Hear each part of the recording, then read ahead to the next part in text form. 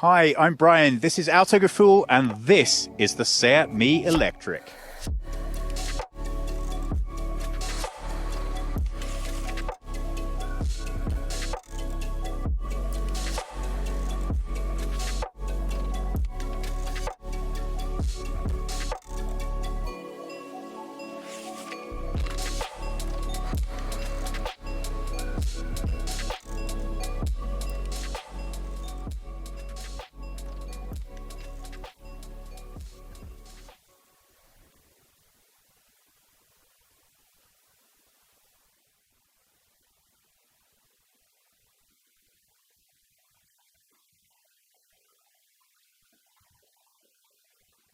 It's really important to consider this car at its price point, and we will talk about that a lot more later on. This car is all about delivering the best possible experience at the lowest, most affordable price. Don't forget, this is Seat's first fully electric car. And because of that, they have to make a big statement about what they intend as a brand. Now, within the Volkswagen Group at large, Seat have by far the youngest population of car owners. They have a reputation of being a little bit funky, but they also, most importantly, have a reputation for value for money. So that then is what we're arriving at here. They could have done a complete platform refresh, but that would have ended up costing a lot more. By keeping things as simple as possible, you manage hopefully to get as much car as possible for the money. So that is why what you're looking at is very familiar indeed. So only a slight disappointment here. Part of keeping things very, very similar is that we do have halogen bulbs. And yes, they are a little out of place on an electric car. But again, that all helps to keep the price point exactly where it should be. Here again in profile, you can see that to keep the costing down, changes have been very, very minimal indeed. We do have a new palette of colours to pick from, and we do have brand new rims. And of course, we also have a nice little graphic to let us know what it is we're driving. Whether you like the aesthetic of the rear of this car really is going to come down to two things. One, how you feel about small cars in general, and two, how you feel about this within the design pantheon. So, let's be honest, if you're not a small car guy, this is really not going to be your cup of tea, whatever had happened back here. But I have to say, if you like small cars, this continues the nice, perky, dynamic, sporty feel of the whole rest of the design. So nothing to blow you away, but certainly nothing to scare you off either. Now we come to the really important bit. It's fully electric, so what you're looking at is a very respectable 251 litres of load space. That's because the batteries are not stored back here. But don't worry, you still have a very handy compartment up here right at the front to keep your charging cables way out of the way of anything that you're trying to stow. And this extremely practical separate storage ledge. That means you have two entirely separate storage compartments if that's the way you want to use the boot. Not enough room? Well, don't worry. You can still drop down the seats in a 1/3, 2/3 configuration. And when they're both fully flat down, that gives you 923 litres of load. Really not bad at all. This would be the point at which we usually start salivating over the engine, but don't worry, there's still plenty to look at in here. Now, this, of course, is the electric motor, and it's powered by a 32.3 kilowatt battery. That's a net figure if you're a bit of a geek for that kind of data.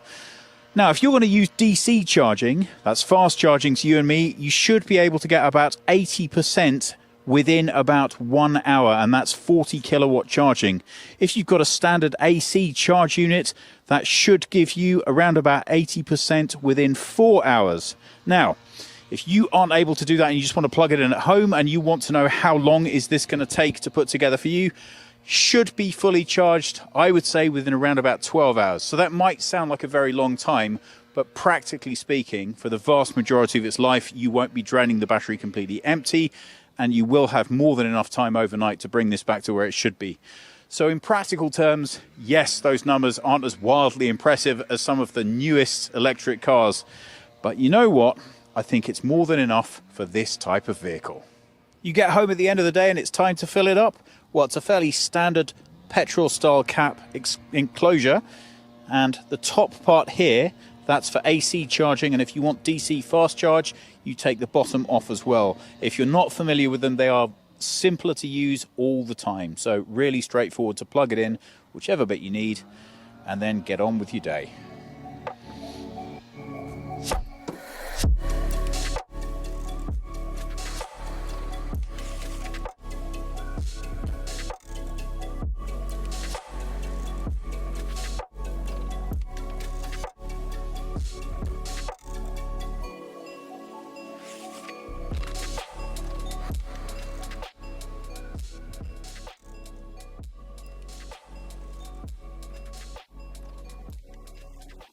Keys are fairly standard affair. Now it's time to use it to see what the interior has to offer.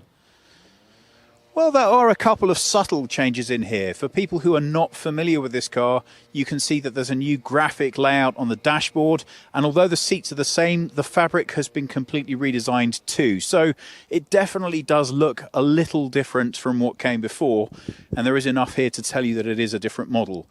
I'm 5'10" or 178 centimeters, but I do have very short legs and a very long torso. So if you're wondering how this car compares for you, anyone up to about 6'1" has a torso of a regular size to this. So as you can see, plenty of room. And part of that is how nicely adjustable the seats are.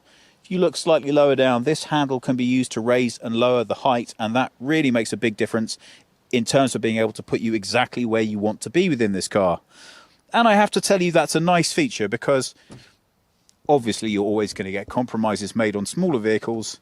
There's not the largest amount of flexibility happening with the steering wheel. As you can see, there is no telescopic function, only a rake angle adjustment. So it's really important that you can get the seat exactly where you want it to be. When you do, there are actually some really pleasant surprises to greet you. The amount of glass in this car is great, so all-around visibility is really good, as it should be in a small car. Everything here is where I want it to be. It does look a little bit sparse, but honestly, it's almost quite nice to take a break from all that digital landscape and go back to analog that just works. Everything is clean, simple, and straightforward. What I like with what they've done about the styling is it's not too overblown. I get that Seat's a younger brand. Sometimes that makes me feel a little bit old. Here, I think they've got the balance right. I think it would be appealing to younger people, but if you're like me or maybe a little older, don't worry, there's not too much pizzazz happening. Once you sit inside the car and you're ready to drive, and you switch it on, you really do start getting an undeniable sense of, well, okay, this is where some savings definitely did have to be made. Now, I remember when this idea launched with the Volkswagen Up, and that was not a recent idea, it really had a bit of a mixed response. On one hand, I think a lot of people applauded the idea to keep technology where it should be, which is with the technology companies. After all, we're all in the habit of changing our phones on something like once a year or once every other year basis. We don't do that with our cars. And you will notice a lot of the time in car infotainment systems how horribly they date, especially when they're cheaper. So I do like the idea that if you can't do a thing well at price point, it's probably better not to do it at all. Remember that pocket at the front I was showing you that was so handy to keep so many things in? Well, you're not going to keep a great deal of anything back here. But come on, that's just an excuse for your children not to leave crisp packets cluttering up the rear of your car. Once I actually take a seat inside, well, clearly it's not going to be the most comfortable experience that I've ever had. But I have to tell you, it is perfectly usable. Now, we spent a long time adjusting these seats to make sure that we were giving an accurate and fair reflection of the car. As you can tell, this seat is adjusted for me, so what looks like ample legroom in actual fact isn't really a fair representation. This seat is adjusted for Jonas, who is comfortably over 6 foot tall. So you can get an idea. Now, they've done something quite nice with the rear of these seats, which is to make them extremely soft indeed. So even if you have longer legs, and they do tend to push into this seat a little bit in front, you're going to find that that's actually a surprisingly comfortable experience. The headrest, well, once you get it in position, it's actually not bad back here at all. Again, very long torso, so head height representative for somebody about 6'1". What is this car? It's a town runabout. And I have to tell you, If I had to be back here for any length of time, I think I could even do a pretty decently long trip in here. And given the size of this car, that's really not bad at all.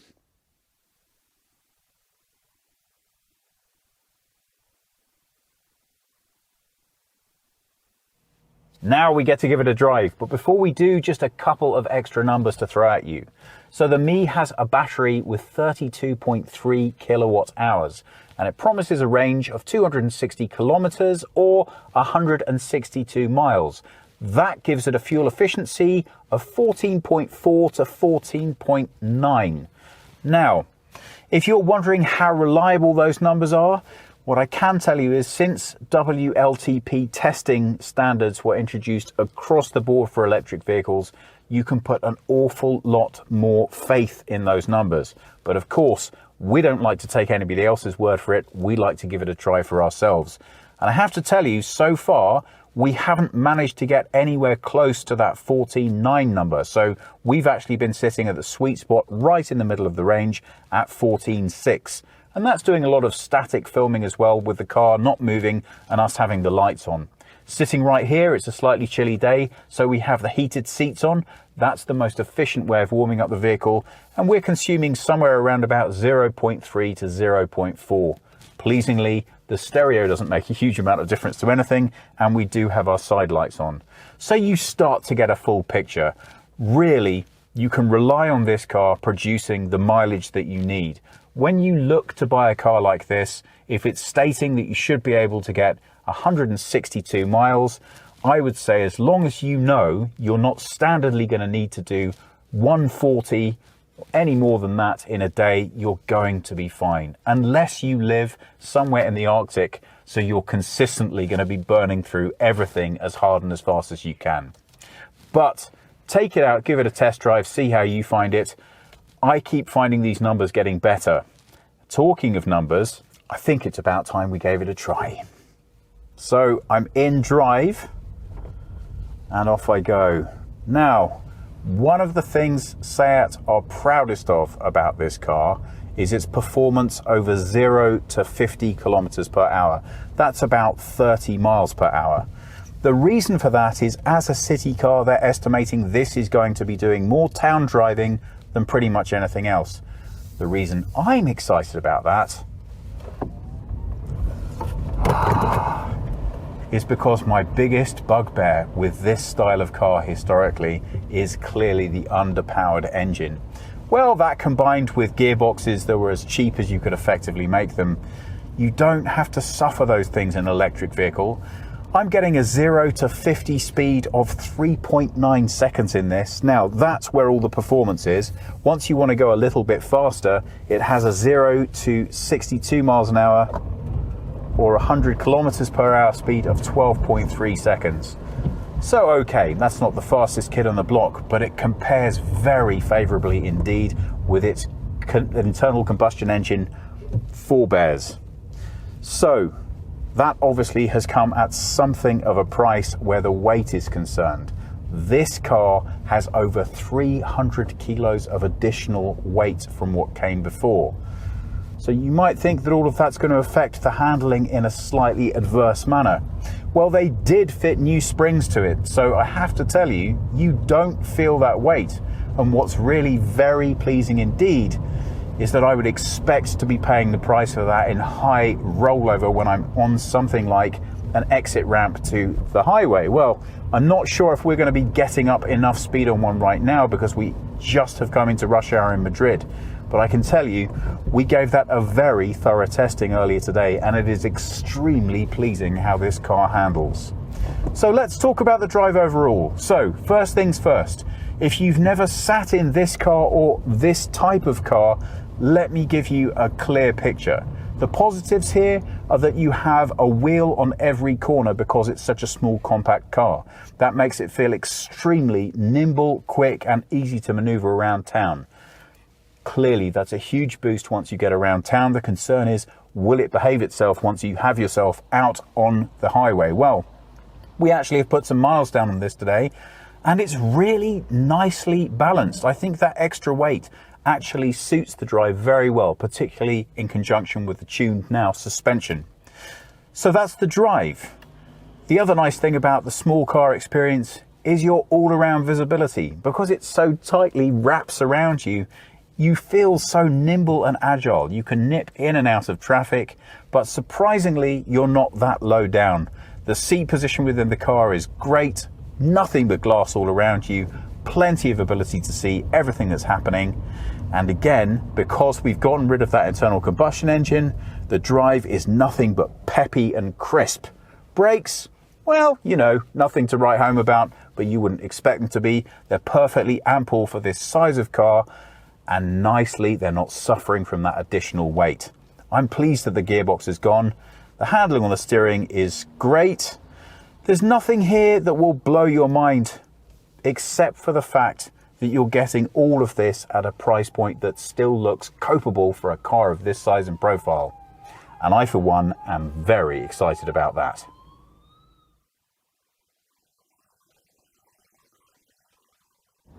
See how that works, effortless. Just enough power, just when I want it. And that's exactly what you want in a city car.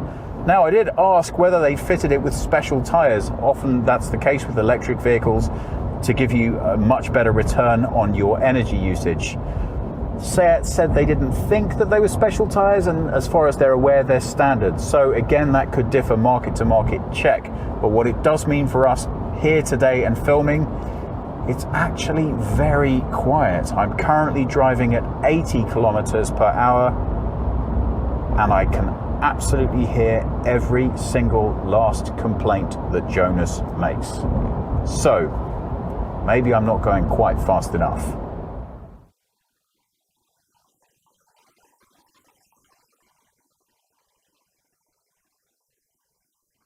And now we come to the most important bit of all, and that is the price. Now, I don't know if you're familiar with this, but pricing on electric vehicles from country to country is really challenging to work out, largely because some governments offer subsidies, some don't. So you'll have to check your local market. But for comparison, we're looking at the Spanish pricing for this car.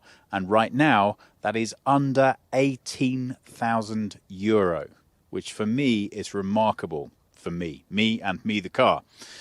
Well, this is not only Seat's first ever fully electric vehicle, but they've made a huge statement with it. So, has that made some compromises?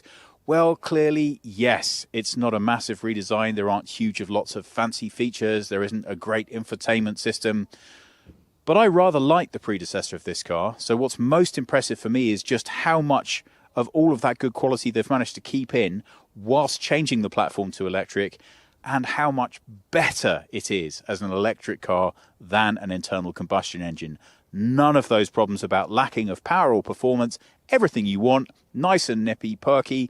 And you know what? I have to say, I think 162-mile range is perfect for this car.